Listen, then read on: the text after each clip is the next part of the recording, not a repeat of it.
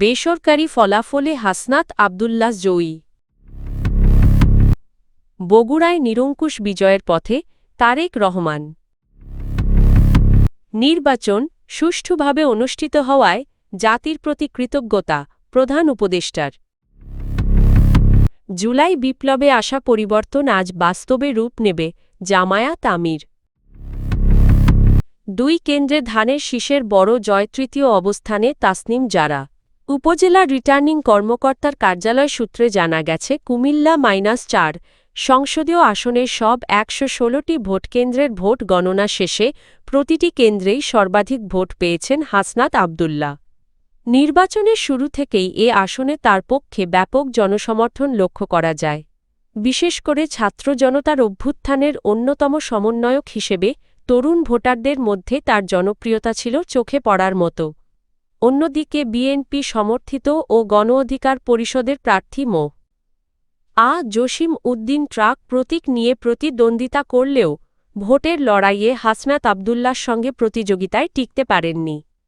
ফলাফল ঘোষণার পর দেবিদ্বারের বিভিন্ন এলাকায় হাসনাত আব্দুল্লাহর সমর্থকদের উপস্থিতি দেখা গেলেও বিজয়ের পর তিনি সবাইকে শান্ত থাকার আহ্বান জানান। কোনো ধরনের বিজয় মিছিল বা উস্কানিমূলক কর্মকাণ্ড না করার নির্দেশ দেন তিনি। উল্লেখ্য, বিএনপির একজন প্রভাবশালী প্রার্থীর প্রার্থিতা বাতিল হওয়ায় এবারের নির্বাচনে কুমিল্লা -4 আসনটি সারা দেশের অন্যতম আলোচিত আসনে পরিণত হয়েছিল। প্রাপ্ত ফলাফল অনুযায়ী বগুড়া ৬ সংসদীয় আসনের ৪১টি ভোটকেন্দ্রে বিএনপির প্রার্থী তারেক রহমান পেয়েছেন মোট ৫৬,৩৮১ ভোট। তার নিকটতম প্রতিদ্বন্দ্বী আবিদুর রহমান সোহেল পেয়েছেন ২৪,৫৩৮ ভোট। সবচেয়ে বেশি ভোট পড়েছে মাটিডালি উচ্চ বিদ্যালয় কেন্দ্রে। সেখানে তারেক রহমান পেয়েছেন ১,৯৫১ ভোটার, আবিদুর রহমান সোহেল পেয়েছেন ১,০৯৯ ভোট।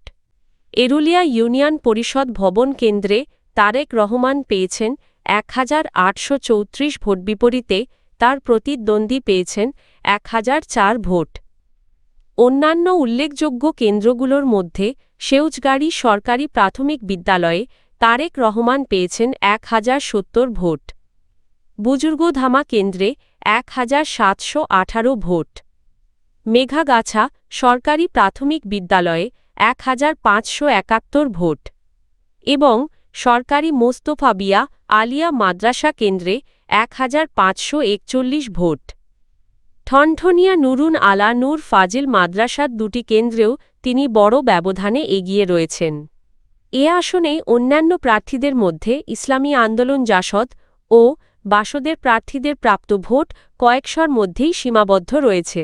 ত্রয়োদশ জাতীয় সংসদ নির্বাচন এবং জুলাই জাতীয় সনদ বাস্তবায়ন বিষয়ে অনুষ্ঠিত গণভোট শান্তিপূর্ণ, সুশৃঙ্খল ও উৎসবমুখর পরিবেশে সম্পন্ন হওয়ায় সমগ্র জাতিকে অভিনন্দন ও কৃতজ্ঞতা জানিয়েছেন অন্তর্বর্তী সরকারের প্রধান উপদেষ্টা প্রফেসর মোহাম্মদ ইউনূস। ভোটগ্রহণ শেষে দেওয়া প্রতিক্রিয়ায় তিনি বলেন, ভোটারদের স্বতঃস্ফূর্ত অংশগ্রহণ, রাজনৈতিক দলগুলোর দায়িত্বশীল আচরণ, প্রার্থীদের সংযম এবং নির্বাচন সংশ্লিষ্ট সব প্রতিষ্ঠানের পেশাদারিত্ব একত্রে প্রমাণ করেছে যে গণতন্ত্রের প্রতি জাতির অঙ্গীকার অটুট রয়েছে।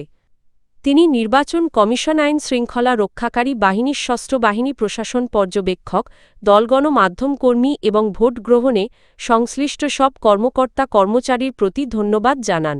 তাদের নিষ্ঠা ও পরিশ্রমেই এই বৃহৎ গণতান্ত্রিক আয়োজন সফল হয়েছে বলে মন্তব্য করেন তিনি। প্রধান উপদেষ্টা রাজনৈতিক দল ও প্রার্থীদের প্রতি আহ্বান জানান, চূড়ান্ত ফলাফল ঘোষণার পরও যেন গণতান্ত্রিক শালীনতা, সহনশীলতা ও পারস্পরিক শ্রদ্ধাবোধ বজায় থাকে। তিনি বলেন, মতের ভিন্নতা থাকবে, তবে জাতীয় স্বার্থে সবাইকে ঐক্যবদ্ধ থাকতে হবে। ইউনূস বলেন, এই নির্বাচন প্রমাণ করেছে যে জনগণই সব ক্ষমতার উৎস। তিনি আশা প্রকাশ করেন, এই ধারাবাহিকতা বজায় থাকলে বাংলাদেশের গণতন্ত্র আরও শক্তিশালী ও উৎকর্ষের পথে এগিয়ে যাবে। তিনি আরও বলেন, এই নির্বাচনের মধ্য দিয়ে নতুন বাংলাদেশের যাত্রা শুরু হল এবং এটি দেশের ইতিহাসে অন্যতম শান্তিপূর্ণ ও উৎসবমুখর নির্বাচন হিসেবে স্মরণীয় হয়ে থাকবে। বাংলাদেশ জামায়াতে ইসলামীর আমির ডা. শফিকুর রহমান বলেছেন, দেশের মানুষ দীর্ঘদিন ধরে প্রকৃত ভোটাধিকার থেকে বঞ্চিত ছিল। বহু নির্বাচনে জনগণ স্বাধীনভাবে ভোট দেওয়ার সুযোগ পায়নি। তবে ২০২৪ সালের জুলাই বিপ্লবের পর যে পরিবর্তনের সূচনা হয়েছে তার বাস্তব প্রতিফলন আজকের নির্বাচনে দেখা যাচ্ছে। বৃহস্পতিবার ১২ ফেব্রুয়ারি ঢাকা-১৫ আসনের নির্বাচনী প্রধান কার্যালয়ে আয়োজিত এক সংবাদ সম্মেলনে তিনি এসব কথা বলেন। ডা.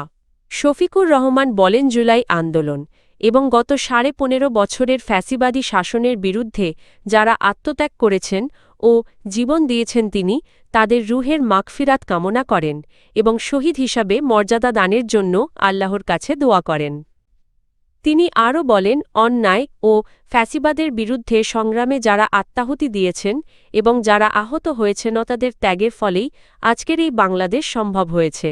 তাদের সাহসী ভূমিকা না থাকলে ১২ ফেব্রুয়ারির এই নির্বাচন আয়োজন করা যেত না। জামায়াত আমির বলেন, সব কিছুই মহান স্রষ্টার ইচ্ছায় সংঘটিত হয়। ২০২৪ সালে এমন এক পরিবর্তন আসবে তা কেউ কল্পনাও করেনি, কিন্তু সেটিই আজ বাস্তবতায় রূপ নিয়েছে।